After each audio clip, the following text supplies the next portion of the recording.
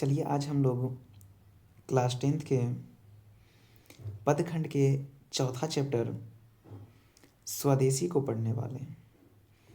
तो स्वदेशी कविता पढ़ने से पहले हम थोड़ा सा स्वदेशी के कवि बद्री नारायण चौधरी प्रेमघन के बारे में पढ़ लेते हैं, ठीक है। क्योंकि कवि परिचय से 1 से 2 अगर टोटल पूर्णता पूछा जाए तो लगभग डबल नंबर होने के कारण 10 प्रश्न लगभग यहाँ से आते हैं, 8 से 10 प्रश्न, ठीक है, सभी मिला करके। तो इसे अनदेखा नहीं कर सकते हैं। 8-10 नंबर एग्ज़ाम को पास और फाइल कराने में बहुत मायने रखता है, ठीक है। तो चलते हैं हम लोग कवि परिचय की ओर। तो सबसे पहले अगर देखा जाए तो बद्री नारायण चौधरी, ठीक है, बद्री नारायण चौधरी का उपनाम क्या है? प्रेमघन। क्या है उपनाम? क्या है? प्रेमघन, ठीक है। बद्री नारायण, मेरे साथ बोलते चलना है, बोलते चलोगे तो याद होते जाएगा, और ऐसे चाहोगे कि याद हो जाए तो कोई भी कितना भी अच्छा क्यों ना पढ़ा ले याद नहीं होगा, ठीक है। बद्री नारायण चौधरी का उपनाम क्या है? प्रेमघन है, ठीक है। अगर पूछे, ठीक है, कि प्रेमघन का पूरा नाम क्या है, प्रेमघन का पूरा नाम क्या है, तो बद्री नारायण चौधरी प्रेमघन, ठीक है। प्रेमघन का पूरा नाम बद्री नारायण चौधरी प्रेमघन, ठीक है, सिंपल सुन। अगर पूछे बद्री नारायण चौधरी का उपनाम क्या है तो प्रेमघन, अब प्रेमघन का पूरा नाम क्या है तो बद्री नारायण चौधरी प्रेमघन। यहाँ तक क्लियर है। अब आगे है प्रेमघन जी भारतेंदु युग, कौन सी युग? भारतेंदु युग के महत्वपूर्ण कवि हैं, ठीक है। मतलब क्या पूछा जाए, प्रेमघन किस युग के कवि हैं? भारतेंदु युग के। किस युग के? भारतेंदु युग के, ठीक है। आगे बोला गया है उनका जन्म 1855 ईस्वी में, ठीक है, 1855 ईस्वी में मिर्ज़ापुर उत्तर प्रदेश में हुआ है, ठीक है। 1855 ईस्वी में मिर्ज़ापुर उत्तर प्रदेश में हुआ है, ठीक है। 1855 ईस्वी मिर्ज़ापुर उत्तर प्रदेश, ठीक है, मिर्ज़ापुर उत्तर प्रदेश, याद रखिएगा 1855, ठीक है, 1855, ठीक है, मिर्ज़ापुर उत्तर प्रदेश। उसके बाद बताते हैं कि इनका जो निधन हुआ 1922 ईस्वी में, ठीक है, 1922 ईस्वी में। कितने वर्ष में? 1922 ईस्वी में। अगर पूछा जाए इनका, ठीक है, इधर कितना हो गया, इधर 45, इधर 22, ठीक है, इधर 45, इधर कितना हो गया 22। तो इनका पूरा जीवन काल जो रहता है वो रहता है आपका 67 वर्षों का। कितना? 67 वर्षों का, ठीक है। इनका पूरा जीवन काल 67 वर्षों का रहता है। बोलते क्या कि ये अपने जीवन में, ठीक है, अपने जीवन का वो काव्य और जीवन दोनों के क्षेत्र में भारतेंदु हरिश्चंद्र को अपना आदर्श मानते थे, ठीक है। अगर पूछा जाए प्रेमघन अपना आदर्श किसे मानते थे? भारतेंदु हरिश्चंद्र को। प्रेमघन अपना आदर्श किसे मानते थे? भारतेंदु हरिश्चंद्र को, ठीक है। आगे उसके बाद है आपका कि इनका जो है रसिक समाज, ठीक है, रसिक समाज की रचना कब की? तो 1874 ईस्वी में, ठीक है। रसिक समाज की रचना 1874 ईस्वी में मिर्ज़ापुर में की है, ठीक है। रसिक समाज, देखो रसिक समाज की स्थापना कब की है? तो 1874 ईस्वी में मिर्ज़ापुर में, ठीक है। मिर्ज़ापुर कहाँ है? तो उत्तर प्रदेश में, ठीक है, सबसे पहले। उसके बाद देखो उन्होंने आनंद कादम्बिनी, ठीक है, आनंद कादम्बिनी मासिक पत्रिका तथा नागरी नीरद नामक साप्ताहिक पत्रिका। अगर पूछा जाए आनंद कादम्बिनी, ठीक है, कैसी पत्रिका है? मासिक पत्रिका। आनंद कादम्बिनी कैसी पत्रिका? मासिक पत्रिका। नगरी नीरद कैसी पत्रिका? साप्ताहिक पत्रिका। और आनंद कादम्बिनी और नगरी नीरद का नीरद का संपादन किसने किया? तो प्रेमघन ने। कौन किए हैं? प्रेमघन ने। क्लियर है। अब उसके बाद देखिए बताते क्या कि वे साहित्य सम्मेलन के कलकत्ता अधिवेशन, ठीक है, के सभापति भी रहे हैं। तो साहित्य सम्मेलन के कौन से अधिवेशन? कलकत्ता अधिवेशन में क्या रहे हैं? तो वो सभापति रहे हैं, ठीक है। और उनकी रचनाएं प्रेमघन सरोवर्ष नाम से संग्रहित है। देखो यहाँ तक में आपको सबसे पहले मैंने बताया भारतीय स्वदेशी के लेखक कौन है, स्वदेशी के कवि कौन है? तो प्रेमघन। प्रेमघन का पूरा नाम क्या है? बद्री नारायण चौधरी प्रेमघन। बद्री नारायण चौधरी का उपनाम क्या है? प्रेमघन है, ठीक है। प्रेमघन किस युग के कवि हैं? तो भारतेंदु युग के कवि हैं, ठीक है। प्रेमघन का जन्म कब हुआ है? 1855 मिर्ज़ापुर उत्तर प्रदेश, ठीक है। प्रेमघन का निधन कब हुआ? 1922 ईस्वी में। प्रेमघन अपना जीवन और काव्य में किसे अपना आदर्श मानते थे? तो भारतेंदु हरिश्चंद्र को। ठीक है। प्रेमघन ने रसिक समाज की स्थापना कब और कहाँ की? 1874 मिर्जापुर में। ठीक है। प्रेमघन ने रसिक समाज की स्थापना कब और कहाँ की? 1874 मिर्जापुर में। प्रेमघन की, ठीक है, मासिक पत्रिका कौन है? आनंद कादम्बिनी। ठीक है। प्रेमघन की मासिक पत्रिका कौन है? आनंद कादम्बिनी। प्रेमघन की साप्ताहिक पत्रिका कौन है? नगरी नीरद। ठीक है। उसके बाद बोला जाए क्या, प्रेमघन किस अधिवेशन में, ठीक है, साहित्य सम्मेलन के किस अधिवेशन में सभापति रहे हैं? तो कलकत्ता अधिवेशन में। ठीक है। अगर पूछा जाए प्रेमघन की संग्रहित रचना का नाम क्या है? तो प्रेमघन सरोवर्ष। ठीक है। प्रेमघन की संग्रहित रचना का नाम क्या है? प्रेमघन सरोवर्ष। ठीक है। यहाँ तक आपका क्लियर हो गया होगा। अब चलते हैं आगे। ठीक है। आगे आपका है, प्रेमघन जी निबंधकार, नाटककार एवं कवि एवं समीक्षक भी थे। ठीक है। प्रेमघन क्या थे?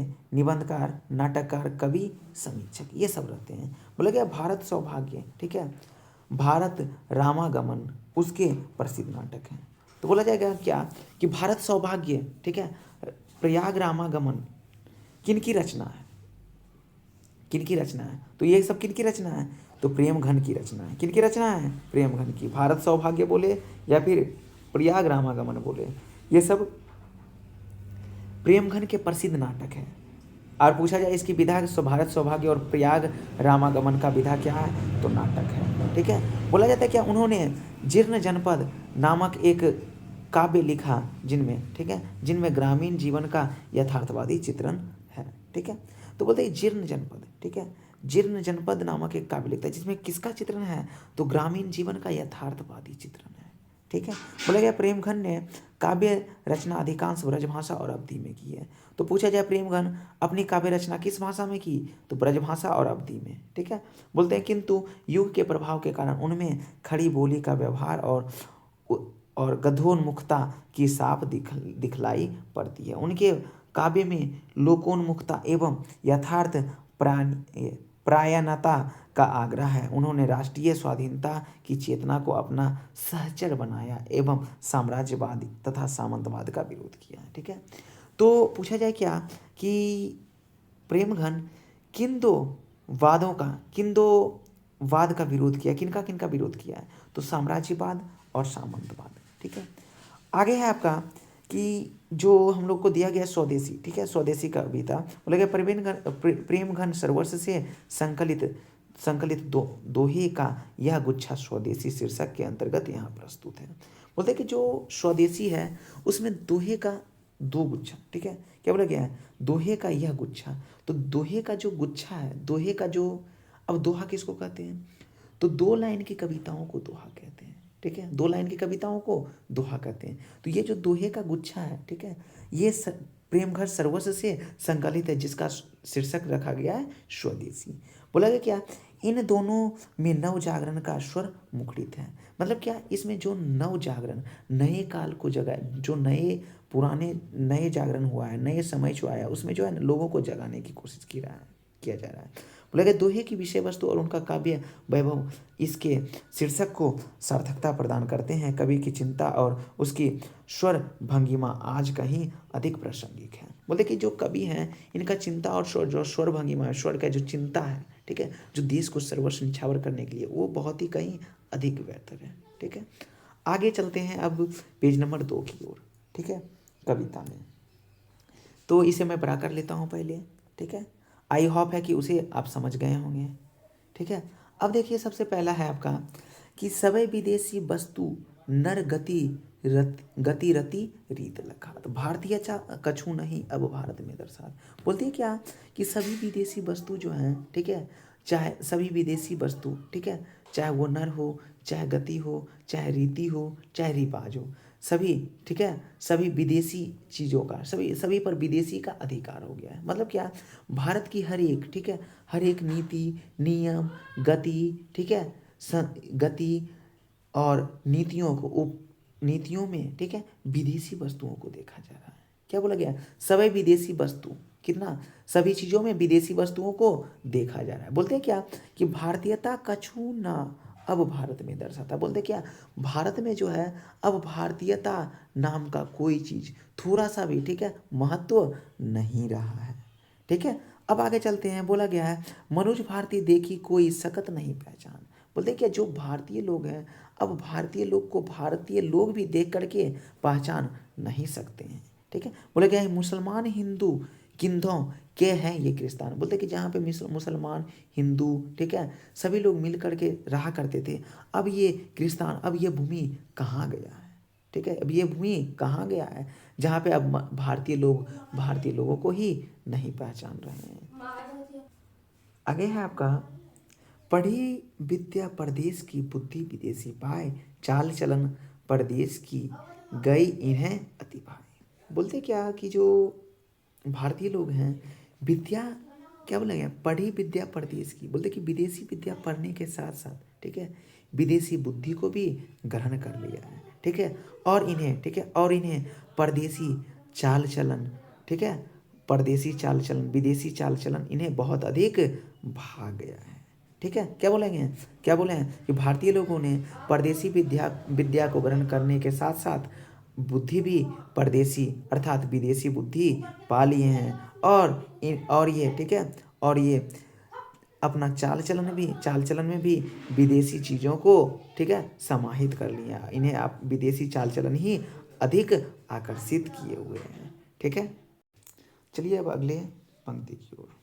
ठीक है, बोला गया है ठठे विदेशी ठाठ, ठीक है, ठठे विदेशी ठाठ सब बनियो देश विदेश। ठीक है, बोलते कि जितने भी ठठे विदेशी थे, अच्छे विदेशी, ठीक है, क्या बोले, ठाठ सब बनियो देश विदेश, वो सब मिल करके क्या किए हैं कि देश को विदेश बना दिए हैं।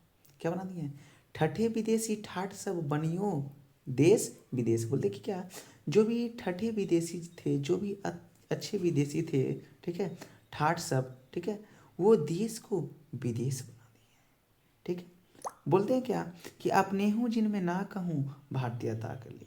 ठीक है, वो बोलते क्या कि जो अपने हूँ हैं, ठीक है, जो अपने व्यक्ति, अपने जो लोग हैं, भारतीय लोग जो हैं, उन्हीं में भारतीयता की लेस है, उन्हीं में भारतीयता की कमी है। क्या बोले हैं कि जितने भी अच्छे विदेशी हैं, ठीक है, वो अच्छे विदेशी हैं, वह अपना प्रभाव, ठीक है, वह अपना प्रभाव दे करके देश को भी, ठीक है, भारत को भी विदेश बना दिए हैं। और अगर भारतीय लोगों की बात की जाए तो, ठीक है, उनमें भारतीयता का ही लेस है। ठीक है, अगला अगर देखा जाए, बोली सकत हिंदी नहीं। क्या बोले हैं, बोली सकत हिंदी नहीं, अब मिली हिंदी लोग, अंग्रेजी भाखन करत अंग्रेजी उपभोग। बोलते क्या कि जो व्यक्ति, ठीक है, वर्तमान में हिंदी नहीं बोल सकते हैं, वो आज, ठीक है, हिंदी के नाम से हिंदी के प्रसिद्ध लोग कहलाते हैं। ठीक है, क्या बोलेंगे, बोली सकत हिंदी नहीं, अब मिली हिंदी लोग, कहते हैं क्या, हिंदू लोग। जो बोलते क्या कि जो व्यक्ति हिंदी नहीं बोल सकते वो अपने को हिंदुस्तानी व्यक्ति बोलने पे गर्व करते हैं। ठीक है, बोलते अंग्रेजी भाखन करत अंग्रेजी उपभोग, जबकि वह अंग्रेजी भाषाओं को ही, ठीक है, प्राथमिकता देते हैं, अंग्रेजी भाषाओं पर ही बल देते हैं, अंग्रेजी भाषाओं को बोलते हैं और अंग्रेजी भाषाओं का ही उपभोग करते हैं। ठीक है, उसके बाद है आगे आपका अंग्रेजी वाहन वसन वेश रीति और नीति, अंग्रेजी रुचि गृह कला वस्तु देश विपरीति। बोलते क्या कि अंग्रेजी वाहन हो चाहे अंग्रेजी वसन, वसन मतलब होता है वस्त्र, ठीक है, अंग्रेजी वाहन हो चाहे अंग्रेजी वस्त्र हो, चाहे अंग्रेजी, क्या बोला गया, वेश रीति, ठीक है, वेशभूषा हो, चाहे अंग्रेजी रीति रिवाज हो। ठीक है, बोलते कि अंग्रेजी रुचि गृह सकल वस्तु देश विपरीति। बोलते कि अंग्रेजी घरों की प्रवृत्ति, ठीक है, अंग्रेजी घरों के प्रवृत्ति जो है सकल, ठीक है, सकल घरेलू उत्पाद आप सुने होंगे, सकल वस्तु देश विपरीति। और जो ये जितनी भी अंग्रेजी वस्तुएं हैं, ठीक है, ये हमारे भारतीय देश के विपरीत है। ठीक है, हमारे भारतीय वस्तुओं को स्वदेशी वस्तुओं के विपरीत है। अगला मैं चलता हूँ अगला पंक्ति की ओर। अगला है आपका, हिंदुस्तान नाम सुनी अब ये सकुचित लाजात, भारतीयता सब वस्तु ही सो ये हाय ज्ञात। बोलते क्या कि जो हिंदुस्तानी, जो भारतीय लोग हैं, वो हिंदुस्तान नाम को सुनते ही, ठीक है, अब लजाना प्रारंभ कर दिए, ठीक है, अब शर्माना प्रारंभ कर दिए। बोलते क्या, भारतीयता वस्तु ही सो ये हाय ज्ञात। और भारतीय वस्तु के नाम सुनते ही, ठीक है, भारतीय वस्तु का, स्वदेशी वस्तु का नाम सुनते ही ये उन वस्तु की निंदा करना प्रारंभ कर देते हैं, ठीक है। अब अगला पंक्ति है आपका, देश नगर बानक बनो सब अंग्रेजी चाल, हाटन में देखो भरा बसे अंग्रेजी माल। बोलते कि देश जो है ना वो नगर बन चुका है, ठीक है। देश जो है, क्या बोले, देश नगर बानक बनो, ठीक है। देखिए देश जो है नगर, देश जो है नगर बन चुका है। बोला गया कि सब अंग्रेजी चाल, जिसमें अंग्रेजी चालें, अंग्रेजी रीति रिवाज हैं। आगे बोलते हैं क्या, हाटन में देखा हूँ भरा बसे अंग्रेजी माल। तो बोलते हैं कि भारतीय भारतीय बाजार में, ठीक है, भारतीय बाजार में अंग्रेजी माल, ठीक है, अंग्रेजी माल, क्या बोला गया, हाटन में देखा हूँ भरा बसे अंग्रेजी माल। और भारतीय बाजार में भी अंग्रेजी माल भर चुका है, ठीक है। आगे बोला गया है कि जिनसो जिनसो संभल संभल सकत नहीं तन की, धोती ढीली ढाली देश प्रबंध करेंगे वे यह कैसे खाम खराली। बोलते क्या, जिनसे अपनी, ठीक है, जिनसे अपनी ढीली ढीली ढाली, ठीक है, ढीली ढाली धोती तक नहीं संभल सकती है, वो देश का प्रबंध, देश को किस प्रकार से देश का ख्याल, ठीक है, देश का प्रबंध वो ख्याल किस प्रकार से रखेंगे, ठीक है, देश का प्रबंध वो ख्याल किस प्रकार से रखेंगे। बोला गया है, दास वृत्ति की चाह चहूँ देश दिसी चढ़ूँ बरन बढ़ाली, करत खुशामद झूठ प्रशंसा मनहू बने डफाली, ठीक है। बोलते कि दास वृत्ति की चाह बढ़ा लूँ, मतलब क्या, सेवक चाह, जो दास वृत्ति होता है ना, गुलामी की चाह बढ़ा लूँ, क्या बोला, गुलामी की मनसा बढ़ा लूँ, ठीक है। बोला गया दिसी चढ़ूँ, ठीक है, दिसी चढ़ूँ बरन बढ़ा ली, और इसका जो है उससे अपना गुणगान करने का वर्ण, ठीक है, गुणगान करने का वर्ण बढ़ा लिया है, ठीक है, गुण बढ़ा लिया है, ठीक है। बोले करत खुशामद झूठ प्रशंसा, ठीक है। बोलते आजकल का जो मनुष्य है झूठी प्रशंसा, ठीक है, झूठी प्रशंसा से खुश हो जाता है, और मानव जो है आजकल, ठीक है, वर्तमान स्थिति में डफाली का काम कर रहा है, ठीक है। तो ये आपका है संपूर्ण अर्थ, और इसमें आपका ये 4 चैप्टर का पूरा अर्थ, संपूर्ण अर्थ पूरा, चाहे लेखक कवि परिचय हो चाहे कविता परिचय हो, दोनों क्लियर हो चुका है। और अगर आपको कहीं भी समझ में नहीं आता है तो कमेंट करें, ठीक है। और अगर कहीं पे, ठीक है, दिक्कत होता है तो डायरेक्टली आप मैसेज कर सकते हैं, ठीक है, डायरेक्टली कमेंट करें, मैं कमेंट का रिप्लाई दूंगा, ठीक है। और अगर आपको कहीं समझने में दिक्कत होता है कि हाँ आप स्पीड बोल रहे हैं जिसके कारण नहीं समझ में आ रहा है, तो वो क्या करें कि वीडियो को थोड़ा स्लो कर लें, ठीक है, स्लो करके देखें। अब देखो 15 मिनट में या फिर लगभग 20 मिनट का वीडियो बनेगा शायद, पता नहीं, तो इतना में बना होगा, तो पता नहीं कितना मिनट का बना है, तो इतना कम समय में सब कुछ ख़त्म करना संभव है नहीं, तो इसे थोड़ा सा स्पीड मेंटेन करना पड़ता है, ठीक है। तो इसीलिए आज के लिए इतना ही। अगर आपको वीडियो अच्छा लगता हो तो अपने दोस्तों को शेयर करें, ठीक है, ताकि आपका जो ज़रूरतमंद दोस्त हो वो भी पढ़ सके, ठीक है। ये नहीं कि मैं पढ़ लिया हूँ वो नहीं पढ़ेगा और जलस की भावना से ना भेजें, आपका भी भला हो और उसका भी भला हो। Take care.